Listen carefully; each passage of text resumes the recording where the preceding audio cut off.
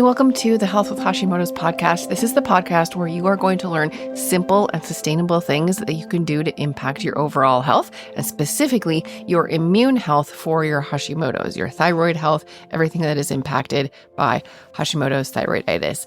My name is Esther. I'm a registered nurse, and it is my honor to bring this podcast to you every single week. Now, in December, I'm doing something I don't think I've ever done on the podcast, and we are doing some replays. I looked at 2024 and the most popular 3 episodes. We're going to do those again in December for everybody who hasn't listened to all of them, or because they are so popular, maybe you want a refresher. And one thing you should know is that towards the very end of the year, I switched us from an app, a standalone app, to the Skool communities. So now you can join the Health with Hashimoto's community on Skool, Skool.com, and you will find the Health with Hashimoto's community there. You can also find it down in the show notes. All right, the most popular episode of 2024 was episode number 79, where I started talking about GLP-1 medications and Hashimoto's and weight loss. It did spin off 4 episode series later.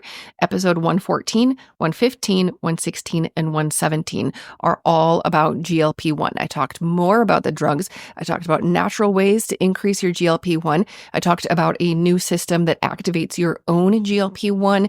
Your body's producing it. It actually produces 140% more, which is huge. That's very, very significant. And then we did an interview with Jenny Crane about using this new system. So you can head over to those episodes if you want more information.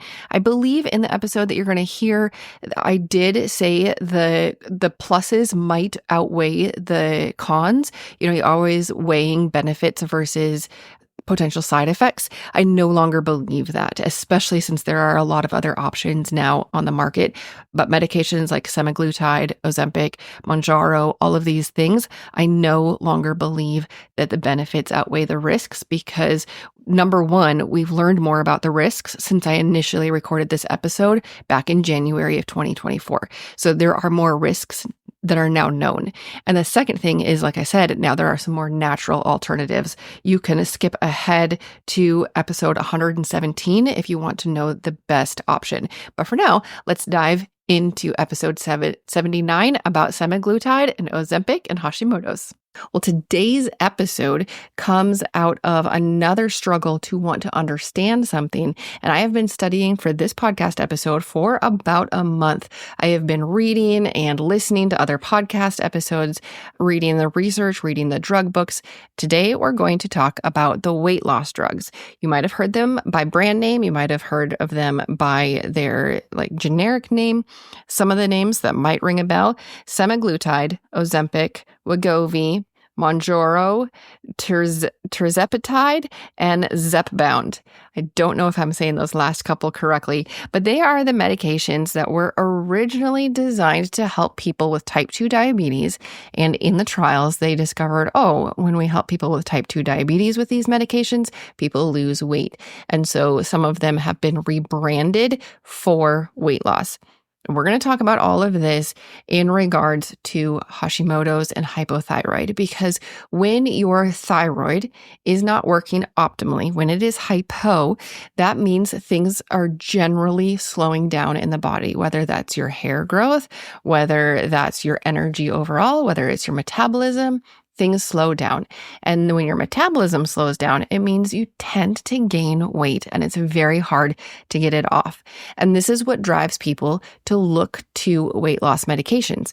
I am specifically talking about people who have tried doing things the quote right way, adjusting your diet, making sure that you're exercising, making sure that you're strength training, doing all the quote right things. I am not talking about the people who turn to these weight loss drugs because they want to continue eating and living their normal lifestyle, not make any changes. They just want something to lose weight. I'm not talking about those Hollywood people. I am talking about you. I am talking about the average woman who is trying so hard and not seeing success. Somebody like Chris, she says, no matter how little I ate and following the right diet for over 10 years, exercising, no matter what I did, the harder I tried, I never lost. And I began gaining weight. I could not shed even a pound. I could not get below 200 pounds. So she did turn to weight loss medications and she has seen success.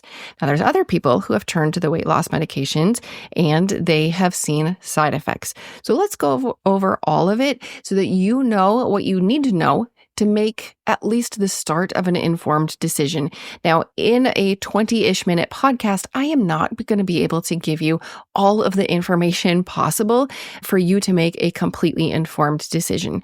But what I hope to do is to get you started and to help you see, is this something that I want to pursue or not? So I already gave you the very basics of what are the names of the medications. Let's talk about how they work. All of these different medications, they work by, in essence, stabilizing your blood sugar and slowing down your stomach. That's kind of what they do. They increase your insulin release. They decrease how much sugar that you create. If you listened to the coffee episode, I think it's episode 67, I talk about when you're under stress, your body actually makes sugar. It releases sugar. So you can wake up in the morning and your blood sugar, the actual sugar in your bloodstream, can go up, even if you don't eat anything, just due to the stressors of life.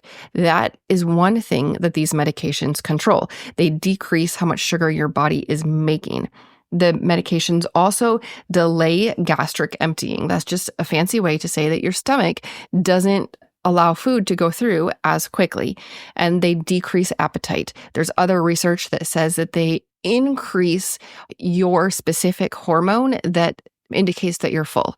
Ghrelin and leptin are the two different things that you need in your body to feel full and to feel not hungry. So it works on those.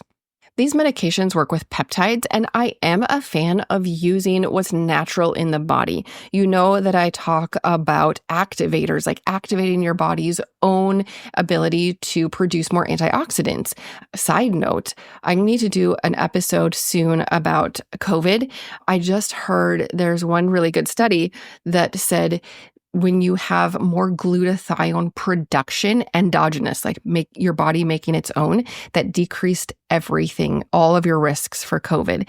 And when you create your own antioxidants, glutathione is one of the biggest ones. And so I'm a really big fan of activating your own body's responses and your own body's ability to do different things. And using peptides really ties into that. However, these medications are not asking your body to look around, evaluate what's going on, and get back to how you were earlier. Instead, these medications are asking your body to change things. And when you mess around with the whole digestive system, there are going to be consequences. And it is the consequences that really have people talking. For one thing, what it does in the body is it can mimic food poisoning. So think of all of the side effects or how you feel when you have food poisoning. Those are the side effects that a lot of people have when they're on these weight loss medications. So, nausea, vomiting, diarrhea, things like that. Stomach cramping, increased bloating, lots of gas, whether it's burping or farting. These are some of the side effects. Also, because of that delayed stomach emptying, some people actually have gastric paralysis. So gastric paresis means it's slowing the stomach emptying. Paralysis means that your stomach actually isn't working. And that one's a really bad side effect. So if you're taking these medications, you do need to be aware of the side effects. Other side effects would be people feeling tired, headaches, dizzy. And then also, when you are messing with the whole digestive system, you have to remember that our gut is it's called our second brain. We have so many neurotransmitters that are created in our gut and also receptors in our gut. So when you're working with these medications, you really have to be aware of how it's affecting you emotionally and spiritually, because it could have an effect. In fact, one other person said, And she was talking about a friend. She said her friend had major mood swings. She became violently angry. It was a nightmare, and she didn't believe anyone until she almost hit somebody that she loved. So do be aware and have somebody else to help you track your symptoms so that you're not having any of these dangerous ones. The most common thing, though, is that people feel really full and then they don't want to eat, which is one of the things that it's supposed to do, but it's also a side effect because it can be too much. This is especially true for protein. So let's talk quick about what burns calories, what burns energy in our body. We have muscles, we have white fat, and we have brown fat. Those are basically it, right? So our muscles are obviously the biggest burners of calories. They need the most energy to be able to work every single second of every single day. Your heart is working. It's a really hard working muscle. It needs calories, right? So our muscles are always burning calories. And as you lose muscle, then you're losing the biggest calorie burners. As you lose muscle, then your metabolism is going to slow down, whether or not we're talking about these medications. I'm just talking about muscle right now. You need muscle in order to burn calories. You need muscle in order to drive your metabolism. Now, the different types of fat, there's white fat and there's brown fat. White fat is kind of the storage fat, and then brown fat is a little bit different. It's more energy dense and it's easier for your body to burn. So when you're looking at those things, you really want muscles and you want more brown fat than white fat. And when you're losing weight, you want it to go in reverse order. You want to lose the white fat and you still want to have a lot of brown fat because that's constantly burning, and you really want to save your muscles. What they have found with these weight loss medications is that people do lose weight. It is very effective. People lose weight. Sometimes they lose weight too quickly. The people who have more long-term lasting weight loss lose weight slower. So they'll have very small medication amounts so that it's gradual. Also, you want small medication amounts so that you don't have as severe side effects, because who wants to have all that nausea, vomiting, and all of those? Yeah, not me, not you either. So we want to lose the white fat. We don't really want to lose the brown fat. We want to continue burning that. We want to convert our white fat to brown fat. And we really don't want to lose our muscle mass. But in this weight loss from the medications, people are generally they're losing more muscle than fat. And we don't want that, because then when you stop the weight loss medications, then what's left to burn your energy? You don't have as much muscle. If you are going to use these medications, and I'm not villainizing them overall, I'm not going to give you, a slap answer on everything. I want you to look at the facts and figure out what's going to work for you. But you do need to know that if you're taking these medications, then you really need to prioritize eating protein and doing strength training, because you need to maintain your muscle mass. These medications are not lifelong medications. I know some doctors will say that maybe they are, but for one thing, they're $1,000 a month. And that is not sustainable for anybody whose insurance is not paying. And then another reason is because you need your body to work naturally, and you don't want to interfere with things and slow your whole gut down for the rest of your life. This is a tool in your weight loss. It is a tool to supplement changing your diet, having a healthy diet, implementing those things, and then also having an active lifestyle, making sure that you're walking, getting your steps in.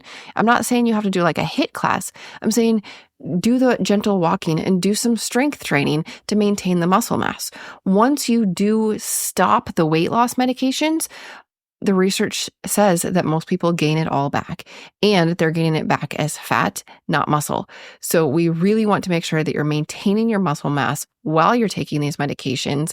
And then when you do stop them, that you're stopping them, number one, gradually, so that your body can remember how it has to function when it's not on the medications, and then that you can implement or continue to strengthen your healthy eating lifestyle and maintain your exercise and your strength. Because I don't want you to go through all of this work of weekly injections and all of the side effects if you had any, and then at the end have, less muscle and just the same amount of weight as you did before. That is just not what the outcome that anybody wants. So that is one caution, is make sure that you are maintaining your muscle mass. Another caution is in the animal studies for these medications, they found an increase of thyroid cancer. So if you have a history of thyroid cancer, this is not indicated for you. And it's just something that people need to be aware of, that they're watching. They have not seen it in any humans yet, at least not that I found. However, we're just early on into these medications. They've only been out in use really for a couple years. And humans are the biggest guinea pig.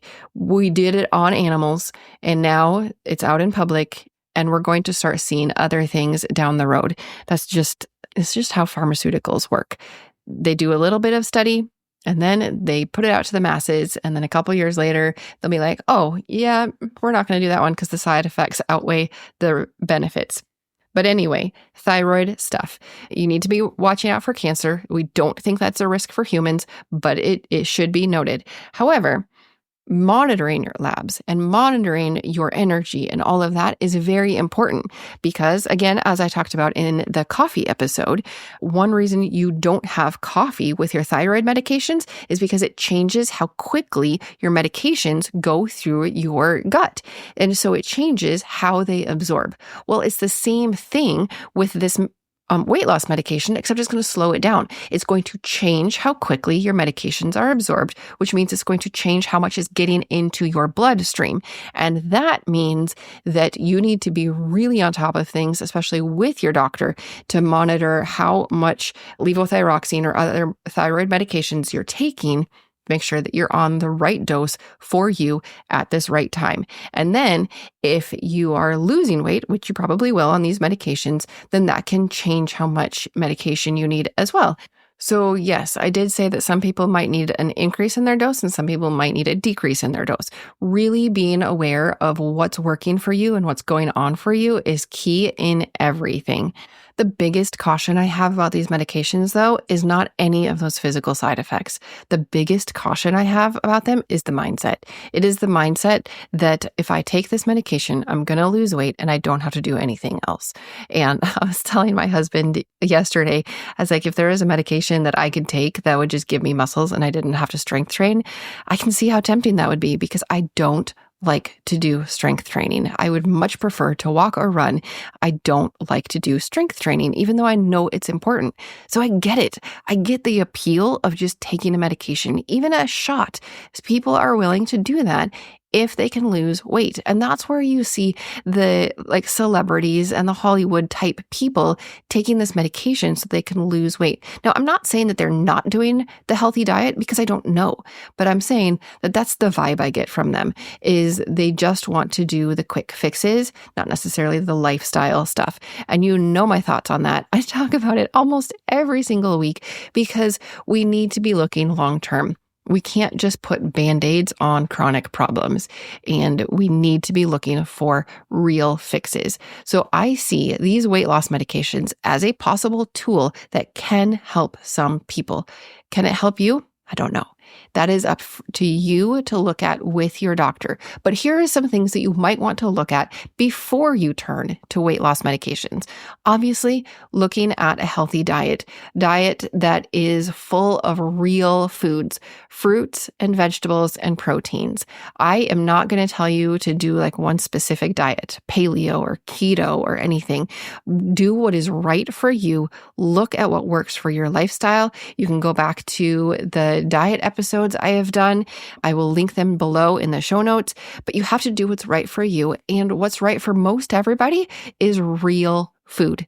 Decrease the processed foods, decrease the sugars, and increase your veggies and your protein. That is going to help pretty much everybody. The other thing is making sure that you're building muscle. If you are eating a healthy diet and you're already building muscle, then maybe look into berberine. Now, berberine is an herb and it helps control blood sugar. It's really useful for according to the research that I read, up to about 90 days. So you can try berberine for about 3 months and see if that helps. People say that they do lose weight because it helps balance their blood sugar. And I have used berberine before. I did not notice anything in myself. Again, this is for you to evaluate what's working for you. And there's some other products on the market that are really intriguing. And I tend to look at the products from the companies who have long been in the health space. They're not in the fads. They're not trying to make money off of how you look.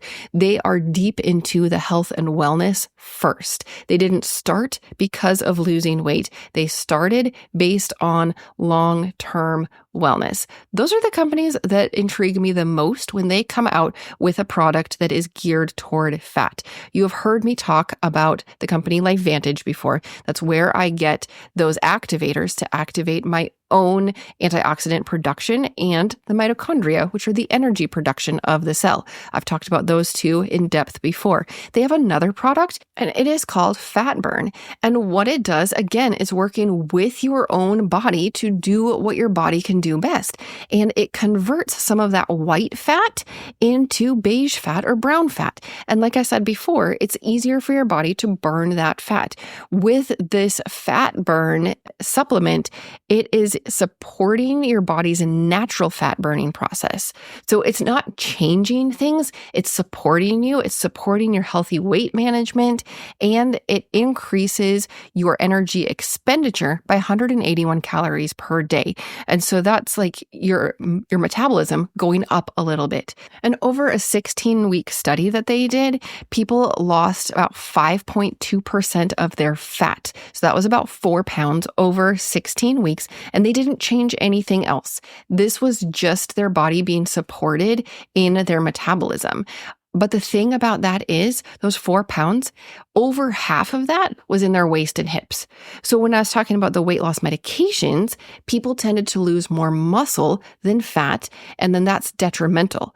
Well, with this Fat Burn, they tend to lose it in their waist and hips, and they lose the fat, not the muscle. So that is really key. I would look for something like that. And there are other companies that have it. I have looked at least 4 different like metabolism or fat burning products over the last month while I've been doing this research. And like I said, I look at the companies who value health first, who have always valued your health first.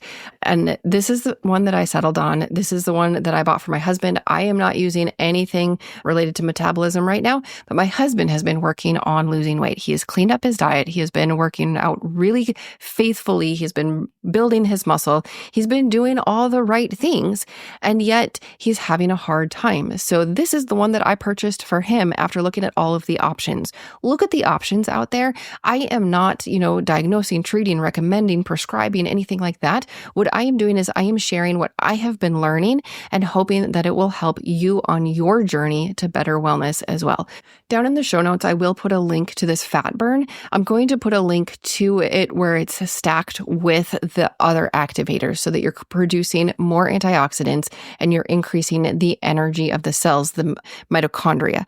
I do not personally feel like it is beneficial to add the fat loss products if you're not supporting the basics. You have to be supporting your antioxidant production, increasing that, and you have to be supporting your mitochondria. Those two things are foundational. So the stack, they're bundled together so that you save a little money. The stack is called the Metabolism Essentials stack. It's got a really nice name, right? I will put that link down in the show notes. Obviously, if you're on subscription, you're going to save, and it is an affiliate link. And I thank you in advance for using my affiliate link. And if you do order anything, you will get a text from me, at least if I'm staying on top of things, you'll get a text from me and it says, "This is Esther." It actually is me. It's not a robot. I don't have an automatic texting thing. It's actually me texting you, asking how I can help and thanking you for purchasing something through my affiliate link. Overall, though, I would love to know your experience. I would love to know your experience with what you're doing to lose weight or to improve your health with Hashimoto's. Drop me a comment in Instagram. You can send me a message or you can comment on a post. I am at estherY.rn. And I want to share one thing that one of my personal friends said when I asked about these weight loss medications. She is taking them. And for one thing, she says that she's not embarrassed about it. Some people are embarrassed to admit that they're taking it, and she's not. She says this: I've noticed increased energy and better sleep. I don't really feel like I've lost a lot of muscle, but maybe that's because I've lost weight slowly. The weight has not fallen off as I see advertised or posted on social media. I really have been trying to get more protein in, and that's also what my body craves. For me, it's been a great tool. And really, that's what I want to leave you with. You are an individual. What works for somebody else might not be right for you. And what works for you might not be what somebody else needs. We are each unique, and we each get to look at the whole picture: body, mind, spirit, diet, environment. Hey, thanks for joining me on this replay. I do have an update to my friend's story. Sometime during the year, her insurance stopped paying for her weight loss medication, the GLP-1, and she had to go off of it. She could no longer afford the GLP-1 agonist. She ended up gaining back all of the weight. She was super frustrated, despite trying to do her best to increase or improve her lifestyle and all of her diet and everything and use this as a kickstart. It ended up not working. She did regain all of her weight. So I wanted to give that update to the story. Head over to episodes 114 to 117 for more info on GLP-1, natural ways to do it, and, sustained weight loss. This podcast is for informational and educational purposes only. Please discuss any concerns and plans with your trusted healthcare professional. If you found this episode helpful, will you please share it with a friend? I'll see you next week on the Health with Hashimoto's podcast.